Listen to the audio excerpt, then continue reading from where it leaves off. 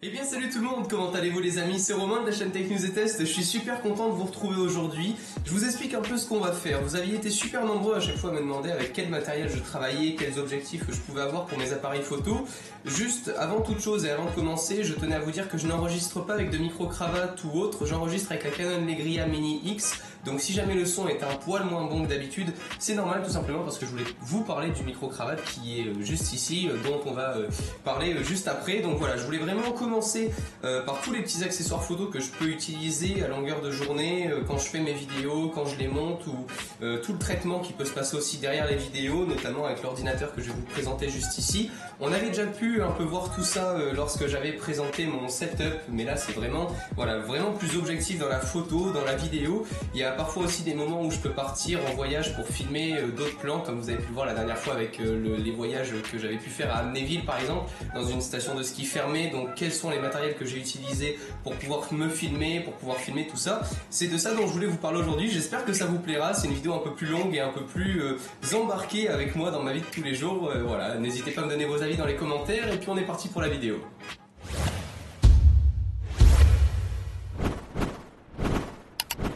Je voulais démarrer cette vidéo par les tout premiers appareils que j'ai pu avoir. Il faut savoir que j'ai commencé la photographie à l'âge de 11 ans et demi à peu près. J'ai pu débuter la photographie avec ce Canon 1000D. C'est vraiment, voilà, il est vraiment un peu has-been on va dire aujourd'hui parce qu'il y a le 1200D, le 600D, le 700D. À l'époque je l'avais payé une blinde, j'en avais eu pour à peu près 450-500 euros d'un appareil comme ça, alors qu'aujourd'hui on peut les trouver facilement à 200-250 euros. C'est pas ce que je vais vous recommander pour débuter en photographie. Ce que je vais vraiment vous recommander aujourd'hui à l'heure actuelle, c'est ou un 100D, c'est un appareil photo donc réflexe de chez Canon mais qui est vraiment petit, j'avais pu le présenter, donc j'en avais dit que du bien, sauf la taille et l'ergonomie parce qu'il est vraiment encore plus petit que ça. C'est le plus petit réflexe quand je l'avais présenté du monde, donc c'était vraiment minuscule, mais par contre on avait toutes les fonctions pour pouvoir filmer en 1080p 30 images secondes, avoir un vrai réflexe avec un capteur. Donc bien évidemment ce sont des capteurs petit format, ce qui signifie par exemple que si vous mettez un objectif de base comme j'avais pu avoir avec ce premier appareil photo, un 18-55 mm, ça ne sera pas un 18 mm, vu que c'est un plus petit capteur. Si vous voulez, vous n'allez pas avoir un 18 mm mais plus un 22 mm. C'est à peu près ça, je connais pas les tailles exactes et les références exactes, mais si vous voulez, avec un petit capteur ça ne correspondra jamais à ce que vous annonce l'objectif. Ça sera toujours un pet plus grand, plus zoom, tout simplement parce que le capteur est petit et les capteurs plein format coûtent une fortune. On en a sur les 5D par exemple de chez Canon, c'est des capteurs plein format et ça coûte une blinde, mais en attendant voilà, on a une autre qualité derrière. J'ai pas encore la chance d'en avoir de plein capteur, de plein format pardon. Après avoir débuté donc avec le 1000D, avec le petit 1855, je me suis dit que j'allais devoir investir un peu plus si je voulais vraiment essayer de rentrer dans la photo, essayer de m'amuser un peu. Donc pour ça, j'ai tout simplement voulu prendre, donc il y a de ça, ça fait déjà 4 ans, ouais 4-5 ans que je l'ai pris, le 50 mm qui ouvre à 1,8. Pour tous ceux où tous les termes spécifiques vont vous paraître un peu compliqués dans cette vidéo parce qu'on parle de photo et de vidéo, donc forcément il y a des bases à savoir. Je vous invite vraiment à aller voir la vidéo que j'avais faite sur les débutants en photographie et elle a été super appréciée. On a passé les 30 000 vues, enfin c'est un truc de malade, je m'y attendais absolument pas à ce qu'il y ait autant de photographes intéressés débutants dans la photo. Et donc voilà, donc si vraiment vous avez du mal sur ces bases là, revenez voir cette vidéo juste après avoir vu débutants en photographie. Voilà, donc à présent je suis sûr que tout le monde maintenant va savoir de quoi je veux parler. Donc ça c'est le 50 mm, donc c'est un objectif. Comme vous le savez, les réflexes peuvent changer d'objectif, c'est vraiment le but. Donc vous allez enlever tout simplement le petit cache ici, je vous l'explique quand même, hein, on ne sait jamais qu'il y en ait jamais qui ait vu ça. Et vous venez adapter n'importe quel objectif de la marque Canon, hop, à votre Canon, ce qui est super pratique puisque moi par exemple j'avais investi dans le 1000D, par la suite j'ai changé d'appareil photo, vous allez le voir juste après, et j'ai pu toujours faire fonctionner le 50 mm que j'avais acheté à l'époque pour le 1000D sur mon nouvel appareil puisque tout s'adapte. C'est le but des montures, que ce soit chez Canon, Nikon ou autre, Sony, enfin voilà, toutes les montures de photographie en général s'adaptent, sinon c'est un peu dommage. Alors après il faudra faire attention quand on évolue dans la photo parce qu'il y a certains objectifs qui sont compatibles qu'avec des pleins format, des capteurs plein format. Donc voilà, vous ferez attention à tout ça par la suite, mais normalement la plupart des objectifs, de toute façon vous devez vous renseigner par rapport à ça quand vous voulez acheter un objectif, mais la plupart des objectifs sont tous compatibles avec la marque de l'appareil que vous avez choisi. Pour lire mes photos, tout ce qui s'ensuit et tout ça, je vais juste y venir 2 secondes parce que je ne l'avais pas du tout acheté à la base pour ça. J'étais en Amérique quand je l'ai pris, c'est l'iPad mini, c'est un tout petit, enfin c'est le plus basique, hein, c'est un 16 Go. Donc j'avais pris ça en Amérique parce qu'il y avait une super promo dans l'Apple Store américain, j'avais payé ça 100 € de moins qu'en France, c'est pour ça que j'avais craqué pour l'iPad parce que sinon je trouve ça vachement cher comparé à ce que ça peut vous apporter. On n'a pas de prise USB comme sur les autres tablettes d'autres marques et tout ça, donc voilà, c'est un peu moins... c'est un peu plus casse-pied on va dire à utiliser, mais moi ça m'allait vachement bien puisque j'ai le petit adaptateur pour mettre la carte SD et pour lire mes photos sur l'iPad mini. Donc ça c'est vachement pratique quand vous êtes au ski n'importe où et que vous ne voulez pas patienter d'être à la maison voir si vos prises ont été bonnes. Vous mettez votre carte SD dans l'iPad mini, vous voyez déjà vos photos et vous pouvez de toute façon refaire les réglages après directement sur l'iPad, et on verra qu'il y a des applications qui sont compatibles sur l'iPad mini et qui me servent avec d'autres caméras que je vais vous présenter. Donc on a le 1000D par rapport à ça, j'avais donc le 18-55 en premier avec le 50 mm 1.8 et j'avais pris pour m'amuser, pour faire des photos de nuit, une petite télécommande. Vous venez relier en fait cette télécommande à votre Canon et vous allez tout simplement en fait, le but après on peut bien évidemment appuyer, ça évite à ce que l'appareil photo bouge, donc dans toutes les photos de nuit, puisque l'exposition est beaucoup plus longue, ben, c'est vachement pratique parce qu'on sait que dès que l'exposition est longue, dès qu'on bouge un poil de l'appareil photo, notre photo est fichue. Encore une fois, si vous ne comprenez pas de quoi ça s'agit, allez voir la vidéo débutant en photographie. Et j'avais pris cette télécommande là puisqu'en fait ici on peut venir boum bloquer, et là on laisse notre capteur prendre le temps que l'on souhaite la lumière. Donc c'est juste génial puisqu'on peut tout gérer par rapport à ça. Donc il faut se mettre sur le mode bulb, donc c'est en dessous des 30 secondes d'exposition. Si vous voulez, quand vous prenez une photo, c'est la vitesse de la photo, donc normalement c'est 1 centième, 1 2 centièmes, 1 millième, 1 2 millième pour que la photo soit prise instantanément. Le but dans la photo de nuit, c'est de laisser la photo se prendre très lentement pour laisser rentrer la lumière, et à ce moment-là, on va utiliser le mode bulb quand on a une télécommande pour pouvoir laisser le temps que l'on souhaite nous, donc plus de 30 secondes. Je pouvais le laisser par exemple le capteur ouvert pendant 2 minutes. C'est pas forcément une chose à faire puisqu'on sait que le capteur est vachement sensible à la lumière, donc plus il est longtemps exposé, moins c'est bon pour lui. Alors surtout n'essayez jamais ça au soleil, vous cramez votre capteur, vous pouvez jeter l'appareil photo. C'est que pour la nuit, voilà, c'est vraiment un accessoire pour la nuit. Alors après vous pouvez le faire à moyenne densité pour le jour si vous souhaitez faire des effets, mais à la base c'est vraiment fait pour la nuit. Pour nettoyer tout ça, bien évidemment, petite lingette antistatique, blablabla, le truc là qui coûte toujours une fortune qu'on achète comme ça. Donc ça c'était pour le nettoyer. Je vous ai parlé de l'adaptateur SD, bien évidemment, toujours avoir un gros tournevis sur soi pour pouvoir fixer son appareil photo quand on a un trépied ou autre, c'est très important. Quand on a plusieurs accessoires qui ont des batteries rechargeables standard, on va dire. Moi j'ai pas pu l'avoir en autre couleur, mais c'était une entreprise il y a longtemps qui m'avait fourni. Ça c'est une petite batterie de poche. Vous venez recharger ça et vous avez par exemple sur votre téléphone un jour de plus de batterie grâce à ce petit truc là qui viendra le recharger. En fait il prend la batterie et il la donne à votre téléphone ou à vos autres appareils. C'est plutôt très pratique. Quand j'avais pris tous ces premiers accessoires de photo, je pouvais bien évidemment pas passer à côté d'un flash, et pour démarrer j'avais pris ça en Amérique. C'est de la grosse merdouille mais ça fait bien l'affaire pour éclairer. Vous venez mettre ça bien évidemment au dessus du réflexe comme ceci, et vous avez un flash qui est synchronisé avec votre photo pour pouvoir agir en temps réel quand vous le souhaitez. Vous appuyez sur l'appareil photo pour déclencher la photo et le flash se déclenche instantanément. Donc ça, j'avais payé ça une quarantaine d'euros. C'est de la grosse merdouille. Si vous pouvez attendre d'avoir un peu le budget et de pas faire comme moi, vous précipiter, je vous conseillerais un autre flash que j'ai pris par la suite, un vrai flash Canon cette fois-ci, une tuerie. Par rapport à ces flashs là, faites-moi plaisir, s'il vous plaît les amis, n'allez pas acheter des piles qui ne sont pas rechargeables. Aujourd'hui on a des super bonnes piles rechargeables. Moi avec ça je tiens une semaine, je fais au moins 500-600 photos avec un flash. Donc je tiens largement une semaine de photos puisque je ne vais pas prendre des photos H24 avec le flash. Donc voilà, c'est vraiment ce que je peux vous conseiller, ce sont les piles rechargeables, des bonnes piles. Donc celle-ci c'était la marque GP, c'est des 2700 mAh. Donc c'est vraiment ce que je peux vous conseiller. Après si vous pouvez prendre un peu moins, prenez-en plus du coup. Enfin voilà, mais essayez d'avoir quand même un bon ampérage sur les piles, puisqu'on sait que le flash consomme à max et très rapidement en fait. Quand vous allez prendre une photo avec un flash, les piles vont devoir le recharger pratiquement instantanément si vous êtes en rafale. Moi je sais que je peux aller jusqu'à, c'était combien, 6 images secondes, un truc comme ça. Enfin 6 images secondes, ça va vachement vite et donc le flash a besoin d'être rechargé rapidement. Donc des piles rechargeables s'il vous plaît, pour la planète, pour l'écologie, pour tout ce que vous voulez. Mais ça sert à rien d'acheter des piles non rechargeables, ça coûte une fortune, et pour en plus de ça les jeter par la suite. Il n'y a pas longtemps sur un site j'avais vu ça, j'étais complètement fou. C'est un minuteur en fait, c'est comme un minuteur pour la cuisine, sauf que là on va venir poser son appareil photo dessus et suivant le temps que vous choisissez, ça va effectuer un angle différent. J'avais pu vous le présenter, donc je vous invite à aller voir la vidéo, ça s'appelle Drift Timelapse et c'est juste super sympa. Il y a eu beaucoup de questions par rapport à ça. C'est pas fait pour mettre des gros réflexes, hein, je vous le dis tout de suite, c'est plus fait pour mettre des petites caméras embarquées, votre portable si vous avez un support pour le mettre dessus, des petits appareils photo compacts comme celui-ci par exemple, ce dont je vais vous parler juste après. Enfin voilà, c'est vraiment un accessoire, ça coûte que 24 €, donc c'est quand même cool qu'il y ait des petits accessoires comme ça vous permet en fait de faire des timelapses en déplacé, donc vous allez effectuer par exemple un angle de 80 degrés, de 180 degrés en 30 minutes, vous allez accélérer tout ça et ça donne des effets hyper sympas. Ensuite pour le flash, quand j'avais pris le flash, j'avais vu un petit accessoire avec qui est juste génial aussi, c'est les softbox, les mini, là j'en ai une énorme, vous voyez, qui m'éclaire complètement. Et ça, en fait, c'est un diffuseur de lumière. Alors, c'est pas une softbox à proprement dit, c'est un diffuseur de lumière, c'est-à-dire qu'au lieu d'avoir le flash en plein dans votre visage, vous allez diffuser la lumière avec celui-ci. Je vais vous le rapprocher un peu, comme ça vous pouvez bien voir. Et vous allez diffuser la lumière vachement plus sympathiquement pour que votre photo soit bien éclairée de partout. Ça sert surtout dans les photos de portrait.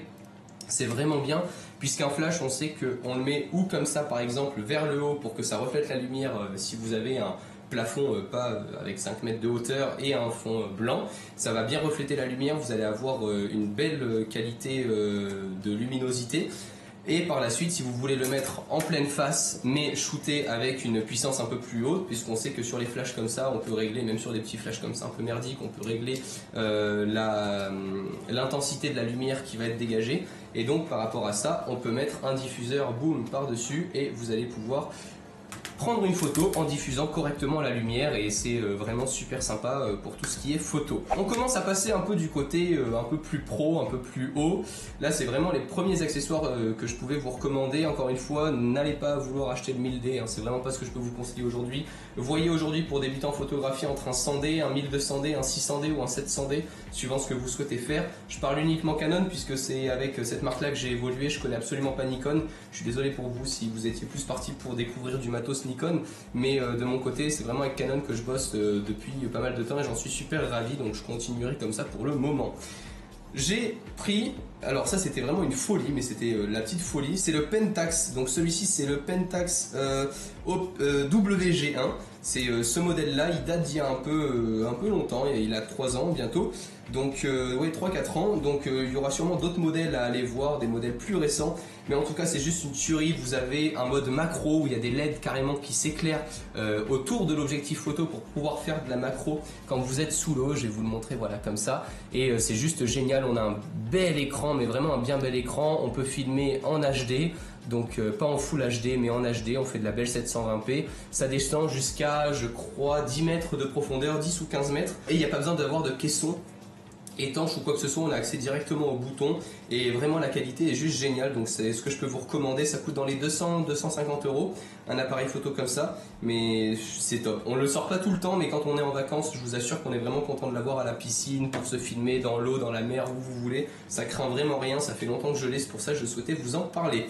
On passe après le compact. Alors là c'est la petite valise magique, vous allez voir. Je tiens à préciser bien évidemment que dans tout ce matériel là, je n'ai pas tout acheté. Il y a eu plein d'entreprises qui m'ont envoyé des matériels il y a longtemps pour les présenter en vidéo sur la chaîne, puisque c'est le but de la chaîne, vous faire découvrir de nouveaux produits. Donc ne vous dites pas oh là là comment il a fait à s'acheter tout ce matériel là, surtout quand vous allez voir ce qu'il y a dans cette petite boîte. Regardez ça. Regardez, ça c'est une boîte les amis, voilà. Ça c'est the boîte pour partir en vacances. Il y a tout. Alors la GoPro Hero 4 Black, bien évidemment, je vais pas vous le cacher, c'est moi qui l'ai acheté, hein. Là on va pas m'offrir une GoPro. La GoPro Hero 4 Black, donc c'est la toute dernière, ça filme en 4K à 30 fps, en 1080p à 120 fps, enfin c'est... Il n'y a pas plus beau. Pour moi aujourd'hui, il n'y a vraiment pas plus beau. J'ai pas pu encore essayer, je vais bientôt recevoir du matériel normalement de chez Sony. Donc je voulais vraiment voir ce qu'ils ont fait en action cam parce qu'ils font du très bon matos aussi que je n'ai encore jamais testé. Donc ça, je tenais vraiment à le tester. J'avais reçu il y a de ça un an la LDLC Touch, qui était plutôt pas mal. Après c'était comme d'habitude la batterie que je reprochais parce que c'est toujours des batteries un peu caca qu'on a dedans dans toutes ces caméras là. Il n'y a que la GoPro pour moi qui arrive vraiment à sortir du lot avec une batterie qui tient vraiment bien la route. J'ai pu avoir d'autres petits accessoires, ça par exemple c'est un caisson où il y a une énorme mousse à l'arrière et ça me permet de la mettre quand par exemple je vais à la mer ou que tu fais du kayak ou n'importe quoi, de la planche à voile, ton appareil photo tombe à l'eau et ben il flotte grâce à ceci et c'est plutôt super cool parce que de perdre une caméra à pratiquement 500 € dans la mer, c'est un peu emmerdant. Avec tout ça, j'ai pu aussi avoir une petite caméra chinoise que je ne vous recommande pas, je vais vous le dire, c'est pas pour moi, c'est pas le top du top. Je la garde quand même parce que ça me permet de faire des petits plans différents ou d'en mettre à plusieurs endroits, c'est vraiment cool. Et ensuite, il y a tous les accessoires pour les fixer au trépied ou autre. Il y a aussi également un micro-cravate en USB et ça je dois dire que c'est plutôt top. Regardez ça, c'est un micro-cravate voilà avec de l'USB et vous le branchez directement à la GoPro et ça enregistre le son comme un micro-cravate, donc c'est super cool quand vous tenez votre GoPro comme ça par exemple et que vous ne souhaitez pas enregistrer avec le son de la GoPro qu'elle propose, même si il faut dire ce qui est, il est super bon. Le son des nouvelles GoPro est vraiment nettement amélioré comparé aux anciennes. J'avais pu tester la Hero 3 Black et franchement la Hero 4 elle a un micro de malade, donc il n'y en a pas forcément besoin, mais en tout cas si vous le souhaitez il y a des petits micro cravates.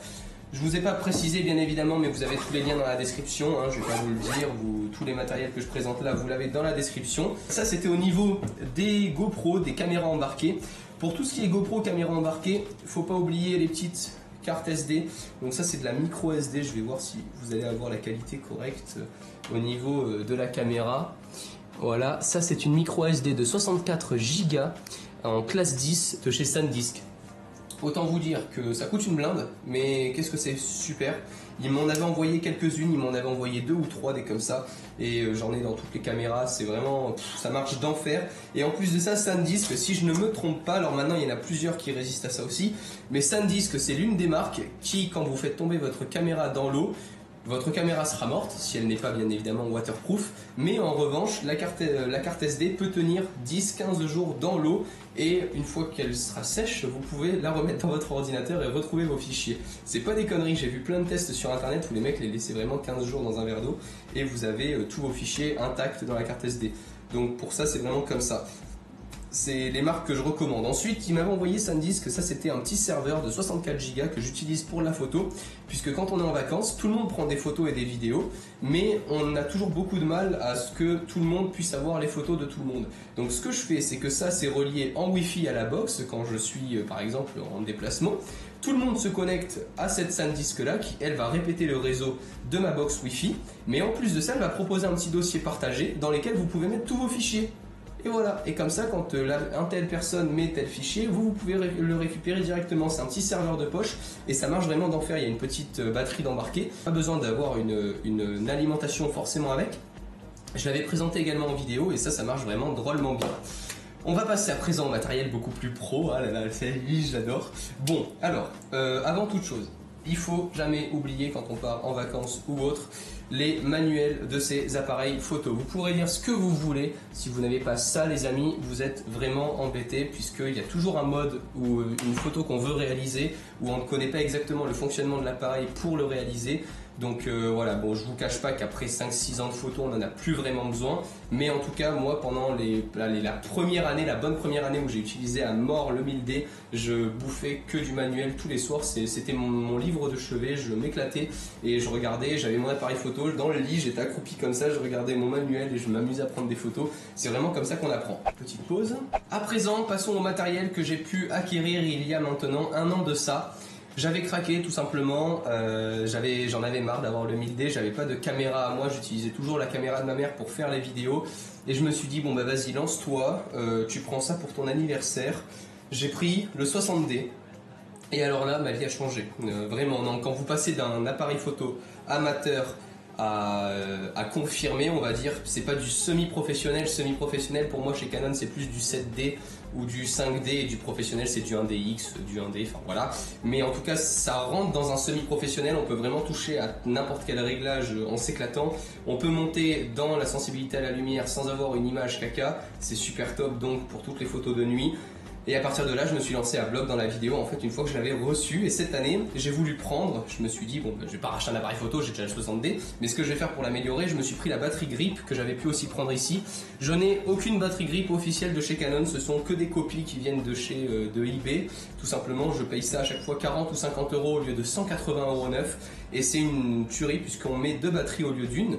Et en plus de ça, on peut venir prendre notre appareil photo comme ceci. Vous voyez la différence. Là, je vous prends en portrait et là, je vous prends en paysage. Et en plus de ça, j'ai 2 batteries à l'intérieur. Je vais vous montrer ça tout de suite. Hop là. Et voilà, là j'ai mes 2 batteries, je viens de glisser ça dans mon appareil photo et je suis parti pour 2 fois plus de plaisir. Oh là là, je pourrais faire les pubs pour TV à chaque fois.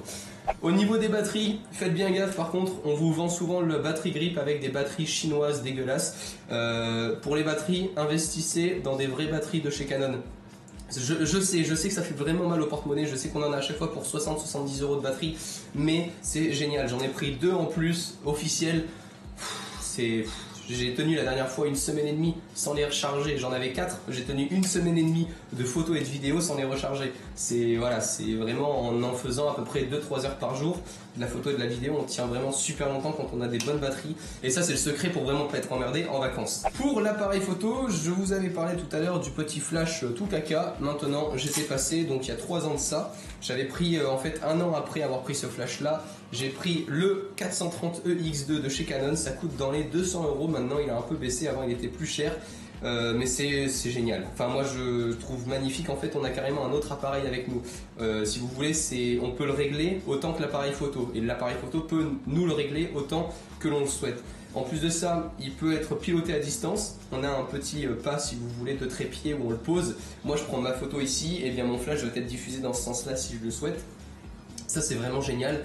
Donc il peut être diffusé à distance, et ça c'est vraiment, non vraiment j'insiste là-dessus, parce que dans tout ce qui est studio photo ou quoi, on peut tenir notre appareil photo comme ça, boum, on shoot, il y a la lumière qui est diffusée comme on le souhaite. C'est vraiment intéressant d'avoir un flash qu'on peut piloter à distance. Donc moi je vous conseille encore une fois les flashs officiels. Après c'est chacun fait ce qu'il souhaite, mais moi je préfère par exemple attendre 1 an de plus pour économiser et pour m'acheter un produit officiel de la marque, plutôt que d'acheter directement un produit qui au final va pas forcément me satisfaire, ou alors qui va me satisfaire durant les premiers mois. Et donc voilà, notamment pour les objectifs, je sais que ça coûte une fortune, je sais que des objectifs comme je vais vous le présenter, il y en a à prix divisé par 3, mais on n'a vraiment pas le même piqué, le même toucher, enfin si vous voulez, on parle vraiment là plus de passion et d'être passionné par la photographie. Il y a des objectifs qui se débrouillent vraiment très bien parmi les marques un peu bas de gamme, on va dire, entrée de gamme plutôt que de chez Canon. Mais par contre, il y a vraiment la plupart des produits pour moi ne rivalisent pas avec des produits officiels de la marque. Donc ça sera vraiment à vous de voir, à vous de tester. Moi je sais que dans les salons photo, c'est vraiment ça que j'adore, c'est aller voir justement toutes les marques que je connais pas, essayer les objectifs et me dire bon bah attends, est-ce que lui rivalise avec tel, est-ce que ça vaut vraiment le coup de mettre 500 euros de plus pour avoir une marque de chez Canon, ou alors est-ce que ça vaut le coup de plutôt prendre un autre objectif carrément de l'autre marque pour avoir 2 objectifs au lieu d'1. C'est vraiment, voilà, la photographie c'est quelque chose de super vaste, donc il faut vraiment travailler là-dessus, sur vos choix, sur ce que vous avez envie de faire, pour pas vous faire avoir tout simplement. Donc je vous ai parlé du 430X2, du Canon 60D. Avec le Canon 60D il y a 4 ans, il y a 3-4 ans en fait, quand j'ai démarré dans la photo, toute l'année, les 2-3 ans qui ont suivi par rapport à ça, je demandais que de l'argent pour mon anniversaire, mon Noël et tout ça. Bon, maintenant aujourd'hui je dois le gagner moi-même pour aller m'acheter des cadeaux. Bon, c'est pas grave, on attendra un peu plus, mais non, si vous voulez, j'en ai vraiment profité à l'époque. Donc là c'est l'entrée de gamme d'un téléobjectif chez Canon. Voilà, ça coûte 600 euros. Je vous le dis, ça coûte plus cher que le Canon. Voilà, ça coûte 600 euros. C'est juste une fortune, mais c'est magnifique. Quand tu as ça en main, je vous assure, hein, quand tu as le 60D comme ça en main, que tu as l'objectif dessus et que tu es là en train de prendre des animaux quand tu es à la campagne, ou tout simplement des photos de portrait, parce qu'à 200 mm, vous pouvez vraiment avoir une mise au point mais magnifique, super nette. Voilà, c'est le Canon.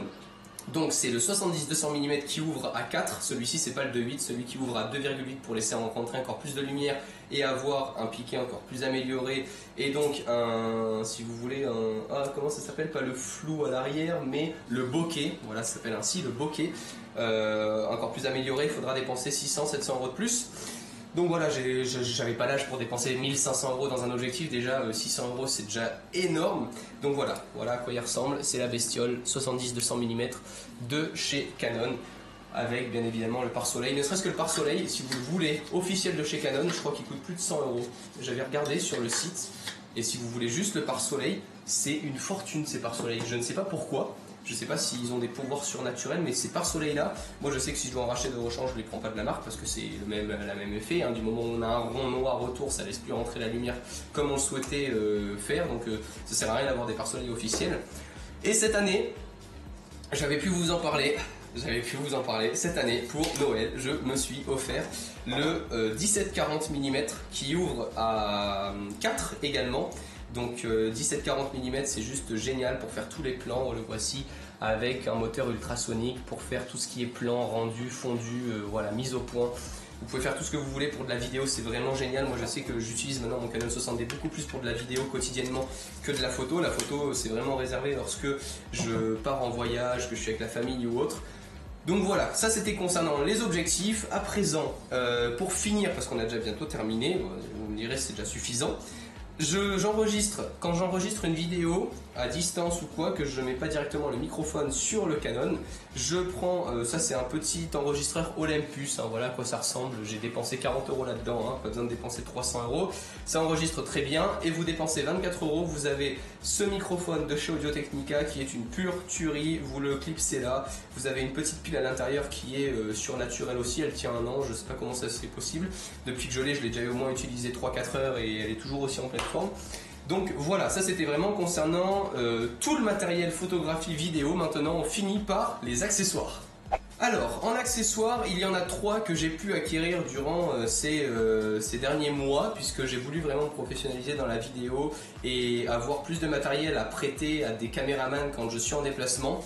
Donc le premier accessoire, c'est tout simplement celui-ci les amis, c'est un stabilisateur que vous allez venir placer sur l'épaule avec la caméra par-dessus et vous allez pouvoir tout simplement filmer. Donc c'est vraiment génial, c'est moins encombrant qu'un glide cam. Donc le glide cam, vous posez votre caméra dessus, vous avez, si vous voulez, c'est comme un système de gyroscope pour que votre appareil reste droit. C'est beaucoup moins lourd et beaucoup moins pesant dans un salon d'avoir ça qu'un glide cam, puisque c'est super lourd. Le glide cam, ça va tenir qu'à une seule main. Là on a notre caméra, notre on va dire arsenal avec le micro et tout. Vous le posez comme ça quand vous n'êtes pas en train de filmer, puis hop, dès que vous filmez, vous calez vos bras ici et vous pouvez filmer en toute tranquillité, c'est vraiment propre. Mon ami Thomas avait pu l'utiliser pour l'appareil GamesWeek ainsi que pour le salon de la photo quand j'avais utilisé, et c'était voilà, juste super propre. Ça coûte à peu près 150 €. Là encore, c'est des accessoires qui coûtent cher, mais si vous mettez moins, vous allez vite avoir une qualité plus basse et moins cool à utiliser. Et le plus important, c'est surtout que quand on sait qu'on a, par exemple, si je mets l'objectif avec le Canon 60D plus le flash dessus, j'ai à peu près 2000 € de budget dessus. Et si vous voulez, si c'est pour que ça casse à moitié ou qu'il y ait une vis qui se dévisse au milieu, je préfère dépenser 100 € de plus et avoir vraiment une stabilité voilà, constante, plutôt que de dépenser moins et de me casser la gueule voilà, en plein tournage. C'est pas très agréable. Voilà, donc moi ce que je vous conseille, c'est vraiment de mettre à peu près entre 100 et 150 € dans un tel accessoire. Pour ça fait partie des accessoires, même si ça coûte aussi une fortune, mais je ne l'avais pas forcément acheté pour la photo au départ. Le MacBook Pro, c'est un 16 Go Intel Core i7 SSD de 250 Go. Voilà, c'est avec une carte graphique dont je n'ai plus le nom en tête. Et je monte actuellement sur Final Cut Pro X les vidéos. Pourquoi? Tout simplement un MacBook Pro Retina comme ça aussi puissant pour monter des vidéos par la suite en 4K. La GoPro fait de la 4K, j'ai déjà pu vous présenter, vous proposer des vidéos en 4K, donc c'est vraiment pour ça que j'ai une bestiole ainsi. Après vous allez me dire qu'on peut avoir beaucoup moins cher forcément pour avoir du Windows. Moi aujourd'hui c'était mon kiff d'avoir un Mac et voilà, j'ai pu en avoir un, donc c'est pour ça que je travaille avec Mac tout simplement et je bougerai pas pour l'instant, j'en suis super content. Dans les accessoires, voici ce que j'utilise pour faire la plupart des effets vidéo. Voilà, et là je suis content d'avoir mis la Canon Legria pour avoir un grand angle. C'est tout simplement une barre de travelling les amis. À quoi ça va vous servir? À déplacer votre caméra en long, en large, en travers comme vous le souhaitez sans qu'elle bouge. Imaginons, alors attends, on va faire un petit test là. Je le mets comme ceci, voilà. Ma caméra est ici avec le petit port que... Alors attendez, je vais juste dévisser ça, voilà. Voilà, donc par-dessus j'ai une tête, c'est Manfrotto, la tête du trépied si jamais vous voulez. Voilà, ici, imaginons, donc là, imaginons que ce soit calé, hein, là ça bouge parce que je le tiens à la main. Vous venez prendre votre caméra et vous venez l'amener ici. Et voilà, et là vous avez eu votre travelling sur un produit par exemple qui est là pour le présenter. C'est plutôt super propre. Ça coûte là aussi 100-120 euros. De toute façon, dans tous ces accessoires-là, il faut compter à chaque fois une centaine d'euros. Et lui, c'est vraiment l'entrée de gamme. Hein. C'est vraiment pas... Dans les travelling, dans les bars de travelling, il y en a qui peuvent aller jusqu'à 10 000, 15 000, 20 000 euros. Il y a les bars de travelling pour les cinémas, par exemple. Vous êtes carrément assis sur une chaise et vous vous déplacez avec un rail. Enfin, vous verrez ça, hein, mais voilà. C'est vraiment l'entrée de gamme, 100 euros. Vous en avez après des personnels, donc pour mettre à la maison et pour filmer à la maison, dans les 2000, 3000 euros. Et tout cela en fait sont gérés par des moteurs électroniques. En gros, vous pilotez pratiquement comme une radio commandée le déplacement de la caméra et vous n'avez vraiment pas un pet qui bouge, c'est hyper fluide. Truc de malade, voilà, que je vois peut-être dans 20 ans. Mais en tout cas, pour commencer, c'est déjà très bien une petite barre de travelling comme ça. C'est un peu casse-pied à monter, à mettre en place, mais ça suffit amplement. Dernier accessoire, je vous en avais parlé, vous avez même vu la vidéo sur la GoPro, les comparatifs. J'avais pu en fait comparer la GoPro Hero 4 Black, la GoPro Hero 4 Silver et la GoPro Hero, les 3 derniers modèles de l'année 2015 proposés par GoPro au ski. Donc ce que j'ai fait, c'est que j'ai pris un accessoire qui est habituellement fait pour le kitesurf, les amis. Donc ça, vous avez une grosse exclusivité, vous allez pouvoir dire à tous vos potes en crânant, regarde ce que j'ai trouvé, plutôt que d'avoir une personne qui me filme pendant que je skie. Vous mettez votre perche ainsi, vous mettez votre caméra là et vous lâchez vos mains, c'est tenu par la ceinture et vous vous filmez, vous discutez avec les deux mains en l'air. Voilà, c'est juste génial. Moi, je pense essayer de l'utiliser dans les salons parce que quand je suis tout seul, c'est juste génial. Et on peut avoir la vue à la troisième personne, ce qui est plus fait habituellement. Donc en fait, pour les kitesurf, vous venez mettre votre barre comme ceci, vous avez votre caméra en haut et vous avez la vue à la troisième personne. Je vais éviter de péter le micro. Merci monsieur. Quand vous êtes en train de faire tout simplement du sport et autres, c'est voilà, un accessoire super cool qui coûte encore une fois 150 euros. Pour finir, parce qu'il faut bien que je range tout le matériel, dans quoi je le range? Tout simplement, j'avais acheté ça quand j'avais pris le Canon 1000D. Le Low Pro, alors Low Pro c'est mon bébé aussi, c'est une marque qui marche d'enfer. Le 200 AW, voilà, vous ouvrez votre sac ainsi et vous avez tous les emplacements pour mettre votre appareil photo dedans. Dans celui-ci, il n'est pas compatible pour mettre d'ordinateur. Il y en a qui sont plus gros avec les ordinateurs. Ces sacs-là, ça coûte une fortune aussi. Pourquoi? Parce que c'est hyper rembourré. Pour vous donner un exemple, il y a des gens que je connais qui l'ont depuis 15 ans. C'est le même sac, hein, le même. Ils n'en ont pas fait d'autres. Hein. C'est le 200 AW. Il a juste changé un peu de design en 10 ans. Mais ils l'ont vraiment depuis 10 ans, avec leur matériel dedans et qui déplace à chaque fois en déplacement. Donc c'est pas pour rien. Pour des sacs comme ça, il faudra aussi compter 150-200 euros à chaque fois. Et là, c'est un coût un peu plus gros, mais quand on part en vacances, c'est ce qu'il nous faut. Voilà, si vous voyez un mec avec ça dans l'aéroport, vous avez une chance sur deux que ça soit moi. C'est Low Pro toujours, avec cette fois-ci la vraie valise. Alors là, je vais vous l'ouvrir, vous allez comprendre ce qu'on peut rentrer comme matos dedans.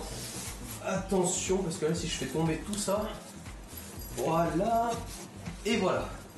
Voilà ce qu'on peut rentrer dans une valise. Donc celle-ci, je crois que c'est la 400 AW si je ne m'abuse. De toute façon, vous avez les liens dans la description. Vous pouvez rentrer votre MacBook juste en haut, votre ordinateur portable ou autre, hein, c'est pas obligé que ce soit un Mac, hein, bien évidemment. Et vous avez une grande poche à l'avant aussi, où vous pouvez rentrer un deuxième ordinateur, des papiers, des documents, ce que vous voulez. Ça pèse une tonne, mais c'est vraiment top. J'espère que cette vidéo vous aura plu les amis, je vous ai vraiment parlé de tout.